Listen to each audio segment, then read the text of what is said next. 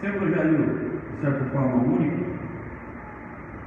Na verdade, os teólogos acreditam que ele foi feito justamente com o intuito de ser único, de preencher algumas lacunas ou dar um enfoque diferente. Foi feito alguns anos depois dos outros 3 primeiros evangelhos, que é o Mateus, Marcos e Lucas. Esses evangelhos chamados de sinóticos essa palavra sinótica tem um significado de mesma visão. É muito nítida a semelhança que existe entre esses 3 primeiros evangelhos, assim como também muito nítidas certas diferenças no Evangelho de João. O Evangelho de João apresenta alguns enfoques teológicos, até mesmo filosóficos, que não são encontrados nos outros evangelhos, tudo com propósito no controle de Deus, é claro. Mas esse enfoque que é dado no Evangelho de João, nós podemos perceber algumas características que eu quero comentar antes de ler o texto que eu vou ler, porque eu acho que vale a pena, vai na direção do que eu vou ler, vai na direção do sentido. Mas o Evangelho de João, com esses enfoques que ele dá, atentando-se muito para essa questão teológica, essa questão, por exemplo, da divindade de Cristo. A divindade de Cristo é reforçada no Evangelho de João muitas vezes. Você vê muitas vezes Jesus declarando claramente que ele é o Filho de Deus. E também os diálogos que existem entre Jesus e os fariseus, entre Jesus e os discípulos, esses diálogos extensos, às vezes até debates, são encontrados aqui. Uma outra característica do Evangelho de João é que você vai encontrar no Evangelho de João somente 7 milagres antes do maior milagre de todos, que é a crucificação e a ressurreição. Esses 7 milagres também são chamados por João de sinais. Um sinal é aquilo que aponta para alguma coisa além de si mesmo, com um significado. Cada milagre aqui no Evangelho de João está revelando uma característica de Cristo, revelando uma característica do caráter de Jesus. E assim como tem 7 sinais, são esses 7 milagres, também tem 7 declarações no Evangelho de João acerca de si mesmo, que são chamadas de 7 eu sou. Eu sou o pão da vida, eu sou a luz do mundo, eu sou o bom pastor, eu sou a videira verdadeira, eu sou o portal do curral das ovelhas. Enfim, é um evangelho muito específico em alguns sentidos, muito organizado, e ele vai caminhando em direção ao propósito. Tem por exemplo, provocações filosóficas no Evangelho de João. Quem não conhece esse versículo, no princípio era o verbo estava com Deus e o verbo era Deus. Essa palavra verbo, do grego, do original, que é logos, tem o significado de palavra, de verbo, de argumento, mas também é um conceito filosófico grego, o logos divino, a causa primordial, a razão de tudo, o fundamento por trás de todas as coisas, aquilo que possibilitaria a existência de todas as coisas. De modo que os gregos não exatamente atribuíam essa palavra a alguma coisa ou a alguém, mas eles pelo menos suspeitavam de que deveria existir essa causa primordial, esse fundamento, esse sentido por trás de todas as coisas. E nesse contexto de sentidos, de milagres, de sinais, está o capítulo que eu vou ler agora, que é o Evangelho de João, onde Jesus vai realizar, no capítulo 9, o 6º milagre, o 6º sinal. Logo depois de começar a anunciar que ele era a luz do mundo. Aqui nesse contexto ele está fugindo do templo, ele teve que fugir correndo do templo às pressas, porque os fariseus estavam querendo apedrejá-lo. Estavam querendo apedrejá-lo já há um tempo, queriam matar Jesus, mas nesse contexto aqui Jesus tinha dito que ele era a luz do mundo e tinha dito que antes que Abraão existisse, ele já existia. Isso provocou uma ira dos fariseus, porque os fariseus já estavam prestes a apedrejá-lo e teve que sair das pressas do templo, e é nesse momento que se inicia o texto que nós vamos ler agora, capítulo 9 de João. Caminhando Jesus viu um homem cego de nascença. E os seus discípulos perguntaram: Mestre, quem pecou, este ou seus pais, para que nascesse cego? E respondeu Jesus: Nem ele pecou, nem seus pais, mas foi para que se manifestem nele as obras de Deus. É necessário que façamos as obras daquele que me enviou enquanto é dia. A noite vem quando ninguém pode trabalhar. Enquanto estou no mundo, sou a luz do mundo. Dito isso, cuspiu na terra, e tendo feito lodo com saliva, aplicou aos olhos do cego, dizendo-lhe: vai, lava-te no tanque de Siloé, quer dizer, enviado. Ele foi, lavou-se e voltou vendo. Então os vizinhos e os fidantes o conheciam de vista como um mendigo. Perguntavam: não é este o que estava sentado pedindo esmolas?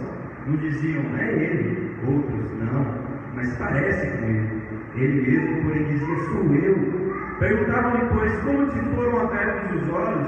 Respondeu ele: um homem chamado Jesus fez lodo, untou-me os olhos e disse-me: vai ao tanque de Siloé, lava-te. Então fui, lavei-me e estou vendo. E disseram-lhe, pois, onde está ele? Respondeu: não sei. E levaram, pois, aos fariseus o que antes fora cego, e era sábado, o dia em que Jesus fez o lodo e lhe abriu os olhos. Então os fariseus, por sua vez, lhe perguntaram: como chegaram a ver aquele? Ao que lhes respondeu: aplicou lodo aos meus olhos, lavei-me e estou vendo. Por isso, alguns fariseus diziam: esse homem não é de Deus, porque não guarda o sábado. Diziam outros: como pode um homem pecador então fazer tamanhos sinais? E houve dissensão entre eles. De novo perguntaram ao cego: que dizes tu a respeito dele, visto que te abriu os olhos? Que és profeta, respondeu ele. Não acreditaram os judeus que ele fora cego, que agora vi, enquanto não lhe chamaram.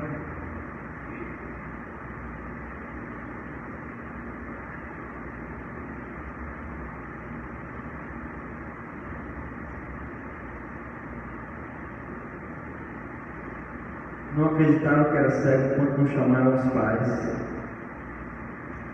E os interrogaram: é este o vosso filho, de quem dizeis que nasceu cego? Como pois vê agora? Então os pais responderam: sabemos que este é o nosso filho, que nasceu cego também, mas não sabemos como vê agora, ou quem lhe abriu os olhos, também não sabemos. Perguntai a ele: idade tem, falará por si mesmo. Isso disseram seus pais porque estavam com medo dos judeus, pois esses já haviam assentado que se alguém confessasse ser Jesus o Cristo, fosse expulso da sinagoga. Por isso é que disseram os pais: ele idade tem, interrogai-o. Então chamaram pela segunda vez o homem que fora cego e lhe disseram: dá glória somente a Deus, nós sabemos que esse homem é pecador. Ele retrucou: se é pecador, não sei. Uma coisa eu sei, eu era cego e agora vejo. Perguntaram-lhe, pois: que te fez ele? Como te abriu os olhos? Ele lhes respondeu: já vos disse, e não atendestes, por que quereis ouvir outra vez? Porventura quereis vós também tornar-vos seus discípulos? Então injuriaram. Então se injuriaram e disseram: discípulo dele és tu, mas nós somos discípulos de Moisés. Sabemos que Deus falou a Moisés, mas esse nem sabemos onde é. Respondeu-lhes o homem: nisto é de estranhar, que vós não saibais onde ele é, e contudo me abriu os olhos. Sabemos que Deus não atende a pecadores, mas pelo contrário, se alguém teme a Deus e pratica sua vontade, a este atende. Desde que há mundo jamais se ouviu que alguém tenha aberto os olhos a um cego de nascença. Se esse homem não fosse de Deus, nada poderia ter feito. Mas eles replicaram: tu, nascido todo em pecado, nos ensina a nós? E o expulsaram da comunidade. Ouvindo Jesus que tinha expulsado, encontrando, lhe perguntou: crês tu no Filho do Homem? Ele respondeu e disse: quem é, Senhor, para que eu nele creia? E Jesus disse: já o tens visto, e é o que fala contigo. Então afirmou ele: creio, Senhor, e o adorou. E prosseguiu Jesus: eu vim a este mundo para juízo, a fim de que os que não veem vejam, e os que veem se tornem cegos. Alguns dentre os fariseus que estavam perto dele perguntaram: e acaso também nós somos cegos?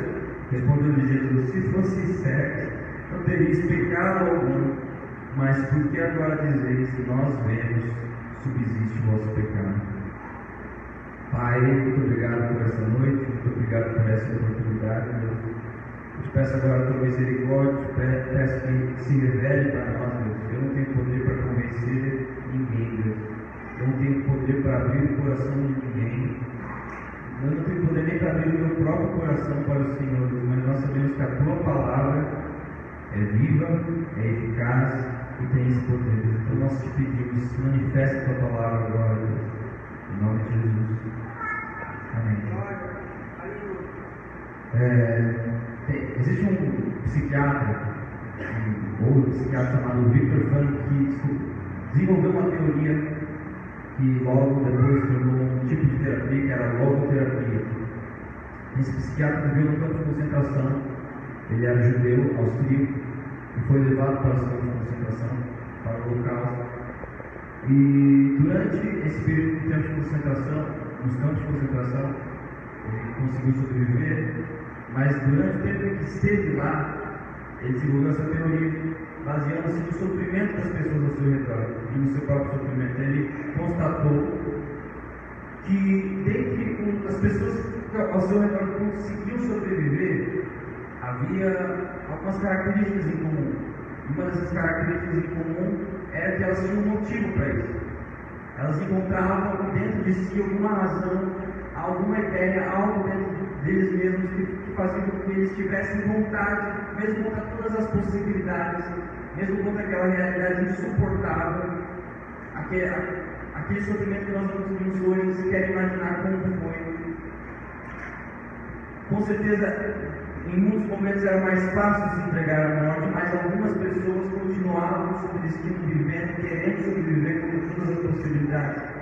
Seja porque tinha alguém esperando eles do lado de fora, ou porque alguma ideia tinha na mente deles que fazia com que eles quisessem sobreviver, mas geralmente é porque eles tinham esse sentido maior. Algo que fizesse aquele sofrimento, aquela espera valer a pena. Então ele desenvolveu essa teoria que dizia que assim como o corpo tem necessidades básicas, o espírito tem necessidades básicas. E uma dessas necessidades básicas é a busca pelo sentido. Porque quando o sofrimento se torna insuportável, o ser humano precisa do sentido. Eu sei que na maior parte do tempo nós não estamos em sofrimento, não em tamanho de sofrimento, e se sofremos, não sofremos o tempo inteiro. Não sofremos o tempo todo, temos que lidar com o dia a dia, controlar as responsabilidades do dia a dia. Nós aprendemos que temos certo controle sobre situações, podemos evitar certas dores, certas catástrofes, podemos alcançar certos objetivos, certos prazeres. Então vamos nesse diálogo com a realidade, vamos tentando entender até onde vai o alcance do poder das nossas mãos. E só que alguns dentre nós pecamos porque nos abdicamos, nos abstemos de responsabilidades de poderes que temos com as circunstâncias, nós temos capacidade de controlar certas coisas, mas alguns dentre nós pecamos porque achamos que temos poder além do que alguns temos. Poder para evitar sofrimentos que não podemos evitar. E é justamente nesses momentos em que nós não entendemos o sofrimento bate a porta, nós não conseguimos controlar, nós não temos um sentido para esse sofrimento, nem sequer uma explicação de relação de causa e efeito, que causou esse sofrimento, de onde veio isso, quem foi que errou, de onde surgiu isso, quem é o culpado, ou o que é o culpado. Quando nós não conseguimos entender o sofrimento, entender a realidade, isso vai tornando o sofrimento ainda mais insuportável, ainda mais difícil. E aqui, nesse texto, os discípulos fazem uma pergunta para Jesus, logo no início, que parece um pouco ingênua. Talvez, para alguns que tenham se atentado à pergunta dos discípulos, essa pergunta se parece até mesmo um modo de pensar arcaico, religioso, não sei, até mesmo estúpido. Eu vou dizer, porque que relação existe entre o pecado e as mazelas que cegueira e o pecado desse homem ou desses pais?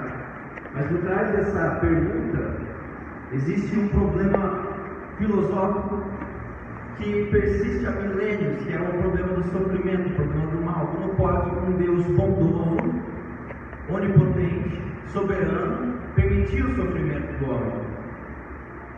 E para essa pergunta, os judeus já tinham determinadas respostas, já tinham encontrado uma certa saída, e uma dessas saídas era de que o homem causava esse sofrimento. O homem era responsável pelas suas mazelas, inclusive as mazelas físicas, as doenças, as doenças de nascença, a cegueira, porque isso de certo modo dava um certo conforto para eles, porque eles conseguiam entender: olha, esse homem nasceu assim porque alguém pecou, tem uma causa, tem um motivo. Esse pensamento também que apresenta um falso dualismo, porque é sempre quem pecou, ele ou o outro, não tem outras possibilidades. Os discípulos não conseguem conjecturar acerca de outras possibilidades, eles logo vão apresentando duas possibilidades para Jesus e colocam ele nessa outra parede e falam: é isso ou é aquilo. A gente encontra isso no livro de Jó, para você ver que eu não estou trazendo um assunto que eu estou pensando nesse assunto apenas por mim mesmo, mas a Bíblia usa um livro inteiro para tratar desse assunto na Bíblia, que é o livro de Jó. Os amigos de Jó chegam para ele, depois de 7 dias de silêncio, em respeito ao luto de Jó, em respeito ao sofrimento. Ele tinha perdido tudo, perdido a sua família inteira. E em respeito a esse luto, ficaram 7 dias de silêncio, mas depois disso, já não aguentando, a primeira coisa que falaram para Jó foi: Jó, fala para nós, o que foi que você fez? O que foi que você fez? Alguma coisa você tem que ter feito, porque se não for você, se você não tiver feito nada, você está dizendo para nós que Deus é injusto, que Deus não pode ser injusto. Então, para nós não é essa dúvida. Alguma coisa você fez. O que nós queremos saber é o que foi que você fez. Porque como que pode o melhor dentre nós, aquele que é o mais próximo, aquele em quem nós nos espelhávamos, nós olhávamos